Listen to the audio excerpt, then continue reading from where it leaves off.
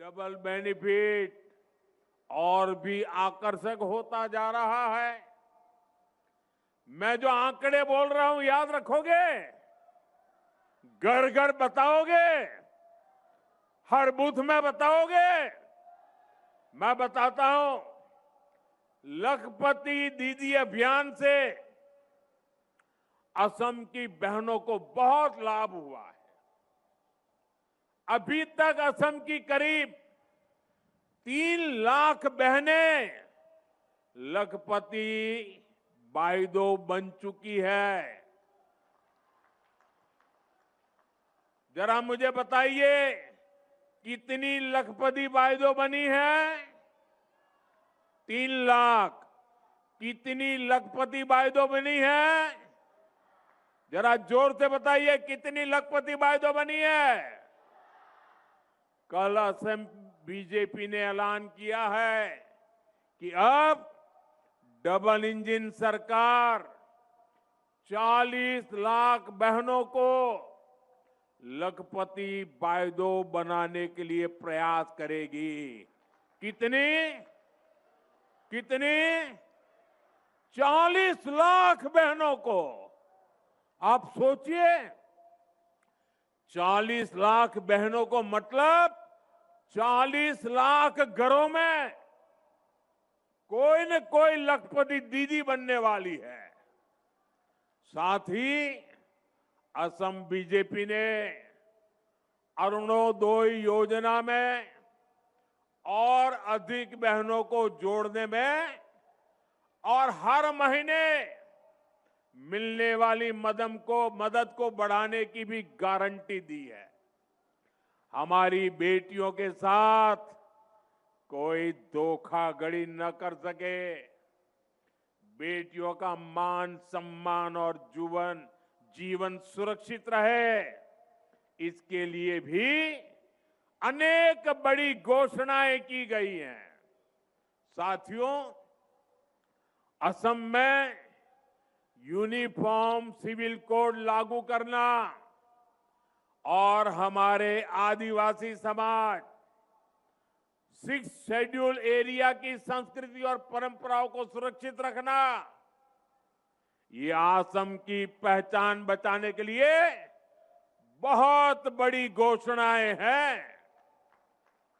और आप जानते हैं, बीजेपी जो कहती है वो करके दिखाती है। साथियों, किसानों का सशक्तिकरण डबल इंजन सरकार की बहुत बड़ी प्राथमिकता रही है। असम के 20 लाख किसानों को अभी तक पीएम किसान निधि के तहत 7,500 करोड़ रुपए मिल चुके हैं। अब असम बीजेपी ने घोषणा की है कि यहां के छोटे किसानों को हर वर्ष 11,000 रुपये अतिरिक्त मिलेंगे। इसके अलावा असम बीजेपी ने ट्रैक्टर, पावर टिलर और गायें खरीदने के लिए बहुत बड़ी मदद देने का ऐलान किया है। साथियों, बारिश और बाढ़ से भी सबसे अधिक नुकसान मेरे किसान भाई बहनों को होता है। मुझे बहुत संतोष है कि पीएम फसल बीमा योजना से असम के करीब 11 लाख किसानों को 730 करोड़ रुपए से अधिक का क्लेम मिल चुका है। लेकिन बीजेपी एनडीए सरकार का निरंतर प्रयास है कि बाढ़ की समस्या का भी स्थायी समाधान निकले। बीजेपी सरकार सैकड़ों करोड़ रुपए यहां आधुनिक तटबंध बनाने पर खर्च कर रही है। ब्रह्मपुत्र की सुबनसिरी नदी की गहराई को बढ़ाने के लिए प्रयास किए जा रहे हैं। Subansiri lower hydro electric project भी फ्लड को कंट्रोल करने में काफी मदद करेगी। अब असम बीजेपी ने राज्य को बाढ़ की परेशानी से मुक्त करने के लिए 18,000 करोड़ रुपए के विशेष मिशन का संकल्प किया है। 18,000 करोड़ रुपए किसानों के लिए। कितने? आपको याद रखना पड़ेगा कितने। जरा जोर से बताइए कितने। 18,000 करोड़ रुपए। कितने? किसानों के लिए कितने? ये पैसा बाढ़ की परेशानी कम करेगा और मेरे किसानों की रक्षा करेगा। इस क्षेत्र के विकास को नई गति भी देगा। साथियों, बीते एक दशक में असम ने विकास का एक लंबा सफर तय किया है। ये जो 20-25 साल के नौजवान हैं, इन्होंने बीजेपी एनडीए का सुशासन ही देखा है। इन्होंने कांग्रेस का राज का वो काला दौर नहीं देखा, जब असम से सिर्फ बम, बंदूक, दंगों और कर्फ्यू की ही खबरें आती थी। डबल इंजन सरकार ने बीते एक दशक में असम को स्थायी शांति की नई राह दिखाई है। असम के हजारों संतानें बीते एक दशक में बंदूक छोड़कर एक नए भविष्य से जुड़ी है। आज असम से सिर्फ विकास और विश्वास की ही खबरें आती है। आज असम से खबरें आती है नुमालीगढ़ रिफाइनरी की क्षमता 3 गुना करने की। आज असम से खबरें आती है नुमालीगढ़ में पहली बांस आधारित बायो रिफाइनरी शुरू होने की।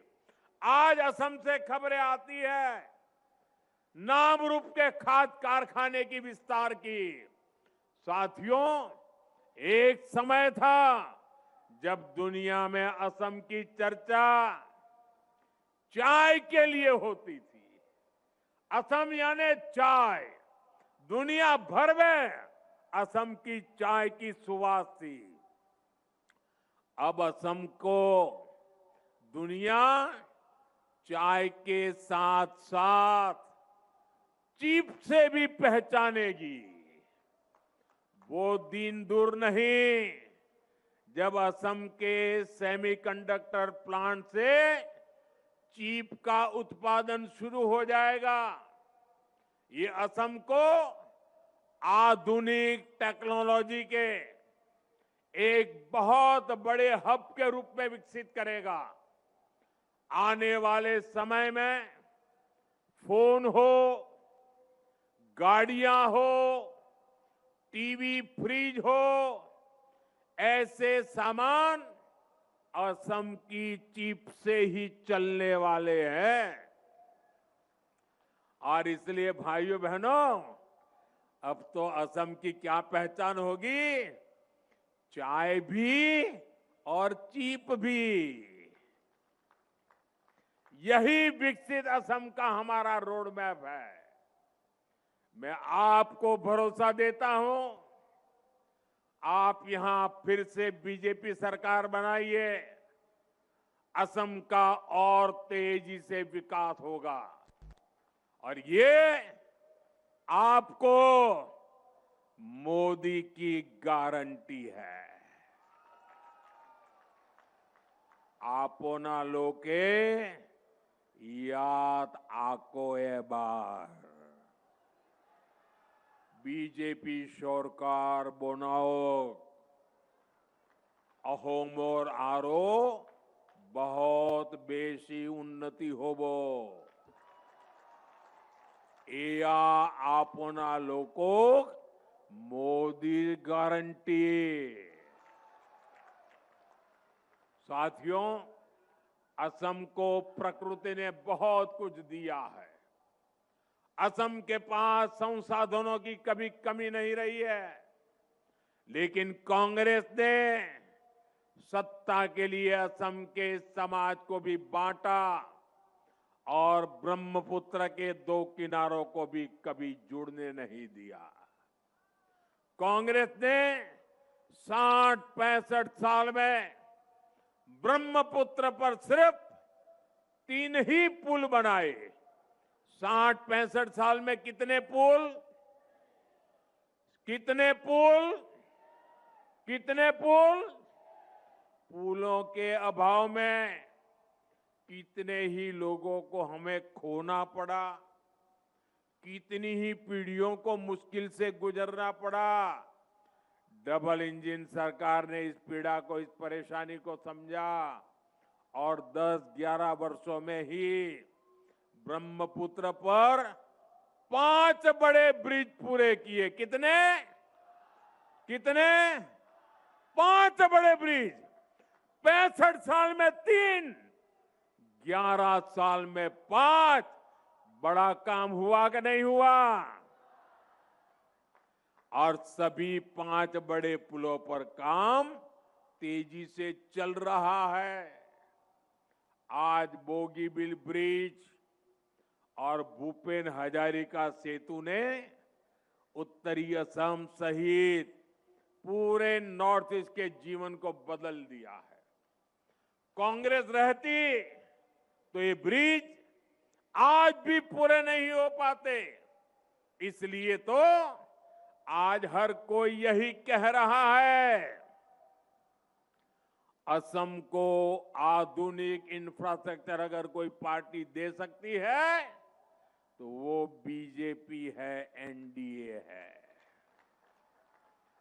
अहोमोग जोधी आधुनिक इंफ्रास्ट्रक्चर कोनोबा पार्टीए दीबो पारे तेंते हेई पार्टी होय छे बीजेपी, एनडीए। साथियों, कांग्रेस के लिए हमेशा पावर पॉलिटिक्स और अपना परिवारी फर्स्ट रहा है। दिल्ली में एक परिवार और एक परिवार यहां भी है। एक परिवार दिल्ली में और एक परिवार असम में। कांग्रेस के लिए इन्हीं परिवारों का हित सर्वोपरि है। कांग्रेस ने दशकों तक सरकारें चलाई है, लेकिन आप लोगों के स्वास्थ्य पर बिल्कुल ध्यान नहीं दिया। 6-7 दशक में असम में केवल 6 मेडिकल कॉलेज बन पाई थी। कितनी मेडिकल कॉलेज? ऐसा नहीं, जोर से बोलिए, बारिश आ रही है फिर भी बोलिए। कितनी मेडिकल कॉलेज? कितनी मेडिकल कॉलेज? आज असम में यानी 60-65 साल में 6 मेडिकल कॉलेज, आज असम में 14 मेडिकल कॉलेज है और 10 मेडिकल कॉलेज पर काम चल रहा है। कितनी मेडिकल कॉलेज? 14 और 10 बन रही है, 24 हो जाएगी। उन्होंने 65 साल में 6 बनाई, हम 11-12 साल में 24 मेडिकल कॉलेज। इसमें एक मेडिकल कॉलेज यहीं धेमाजी में भी बन रहा है। इतना ही नहीं, आज असम में एम्स भी है।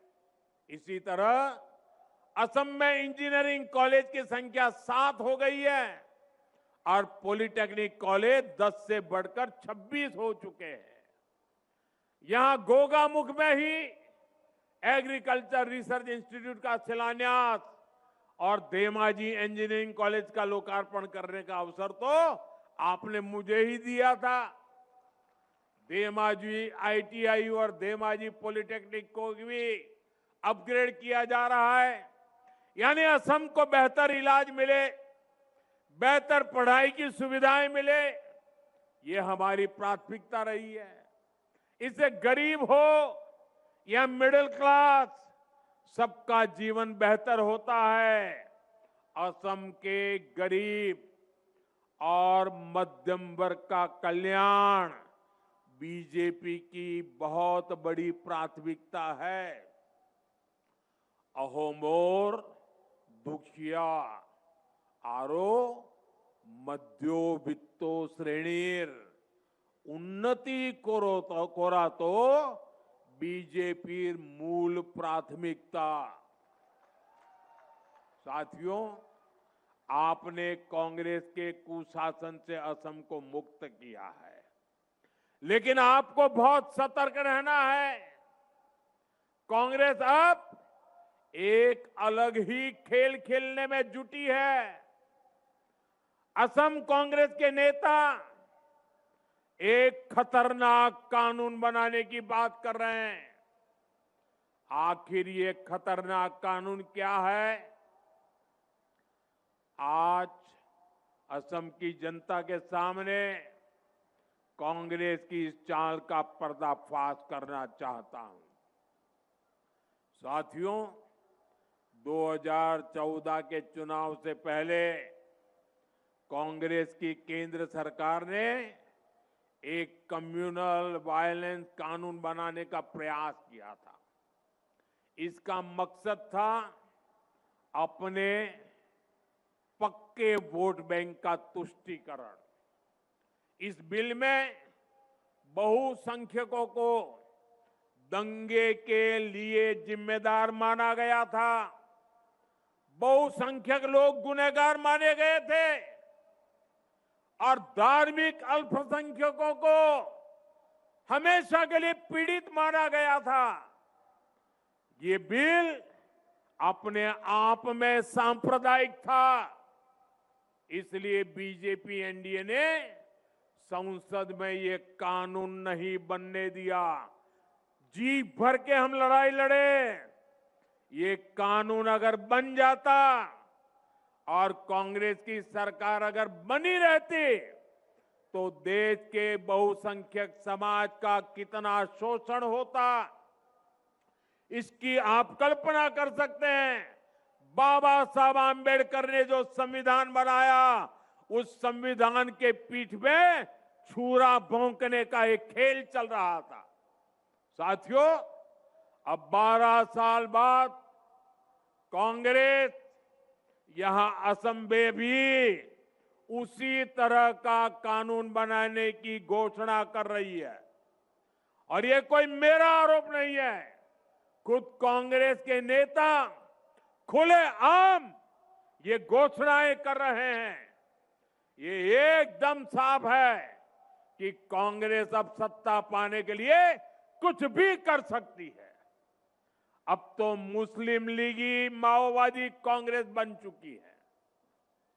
आजादी से पहले मुस्लिम लीग ने देश को बांटने का खेल खेला। वही काम आज कांग्रेस कर रही है। साथियों, आज कांग्रेस घुसपैठ और घुसपैठियों को भी खुला समर्थन दे रही है। पहले कांग्रेस असम में घुसपैठियों को खुली छूट देती थी, यहां किसानों और आदिवासियों की जमीन पर कब्जे करने दिए। अब जब बीजेपी एनडीए सरकार इस अवैध कब्जे को हटा रही है तो कांग्रेस इस पर भी बवाल कर रही है। साथियों, कांग्रेस असम में विदेशियों को बसाना चाहती है।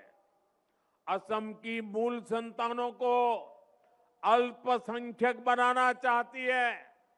असम के अनेक जिलों में ये संकट हम सभी देख रहे हैं। बीजेपी एनडीए सरकार किसानों, आदिवासियों और हमारे जंगल की जमीन को घुसपैठियों के कब्जे में नहीं रहने देगा। अवैध कब्जे के खिलाफ बीजेपी एनडीए सरकार की कार्रवाई जारी रहेगी। असमिया शान और पहचान बनी रहेगी। ये मोदी की गारंटी है। साथियों, बीजेपी एनडीए सरकार का मंत्र है नागरिक देवो भव। जो किसी भी कारण से विकास में पीछे छूट गया है उसके आगे लाना ये हमारी प्राथमिकता है। इसी भाव के साथ हमारी सरकार ट्राइबल समाज के वेलफेयर और विकास के लिए काम कर रही है। लेकिन कांग्रेस ट्राइबल समाज के अपमान का भी कोई मौका नहीं छोड़ती है। यहां मिसिंग जनजातीय समाज को भी दशकों तक कांग्रेस की उपेक्षा का सामना करना पड़ा है। यह हमारी सरकार है जिसने बीते 10 वर्षों में मिसिंग समुदाय के विकास के लिए अनेक कदम उठाए हैं। और ये मेरा सौभाग्य देखिए, ये मिसिंग समाज ने मेरा सम्मान किया है। ये मेरे लिए बड़ा गौरव है, ये मेरी भी शान बढ़ा रहा है। मैं मिसिंग समाज के इस प्यार को सर आंखों पे चढ़ाता हूं। आज सैकड़ों प्राइमरी स्कूलों में मिसिंग में पढ़ाई हो रही है। मिसिंग यूथ फेस्टिवल के आयोजन के लिए करोड़ों रुपए की मदद दी गई है। मिसिंग युवाओं के रोजगार के लिए भी डबल इंजन सरकार निरंतर नए कदम उठा रही है। मैं आज जितने भी जनजातीय समाज हैं सभी को आश्वासन देने आया हूं कि सबके सपनों, सबकी आकांक्षाओं को पूरा किया जाएगा। भाजपा विकास और विरासत दोनों के लिए काम करने वाली पार्टी है। आपकी संस्कृति और आपके सपनों को बीजेपी पूरा सम्मान दे रही है और आगे भी आपकी आकांक्षाओं का हम पूरा ध्यान रखेंगे। साथियों, बीजेपी एनडीए सरकार विकसित असम के लिए लगातार काम कर रही है। 9 अप्रैल को मतदान के पुराने सभी रिकॉर्ड टूटने चाहिए। रिकॉर्ड टूटेंगे कि नहीं टूटेंगे? अपने बूथ में रिकॉर्ड तोड़ोगे? पहले से ज्यादा मतदान कराओगे? सुबह सुबह मतदान करा दोगे? ये जितने भी बीजेपी एनडीए के उम्मीदवार हैं, ये असम के सिपाही हैं, असम के तेज विकास के लिए प्रतिबद्ध है। आप सभी कैंडिडेट आगे चले आइए। आप इन सभी को जरूर एमएलए बनाइए, बनाएंगे। साथियों, आप मेरा एक काम और करेंगे? मेरा एक काम करेंगे? जरा हाथ ऊपर करके बताइए, करेंगे? आप यहां से अपने घर जाएंगे, मतदान होने तक घर घर जाना है और परिवार में जिससे भी मिलना हो जाए उनको कहना कि मोदी जी आए थे और मोदी ने आप सभी को बोहाग बिहू की शुभकामनाएं भेजी है। बता दोगे? बोहाग बिहू की शुभकामना पहुंचाओगे? देखिए, आज मेरा सौभाग्य है, आज चुनाव प्रचार के लिए, चुनाव घोषित होने के लिए मैं पहली बार असम आया और आते ही मैंने क्या किया? आज सबसे पहले सुबह मैं टी गार्डन में गया। टी गार्डन में जाकर के टी गार्डन में काम करने वाली बहनों के आशीर्वाद लिए, उनको प्रणाम किया, उनकी शुभकामनाएं लेकर के मैं निकला हूं और मैंने उनसे जिंदगी जिस चाय से मेरी जुड़ी हुई है उस चाय की पत्ती को कैसे तोड़ते हैं उसको भी सीखा।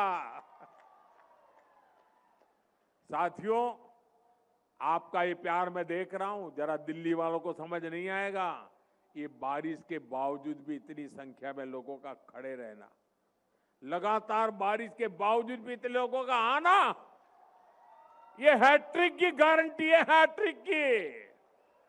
और नामदार के पराजय की सेंचुरी की भी गारंटी है। बोलिए मेरे साथ, भारत माता की, भारत माता की, भारत माता की। बहुत बहुत धन्यवाद।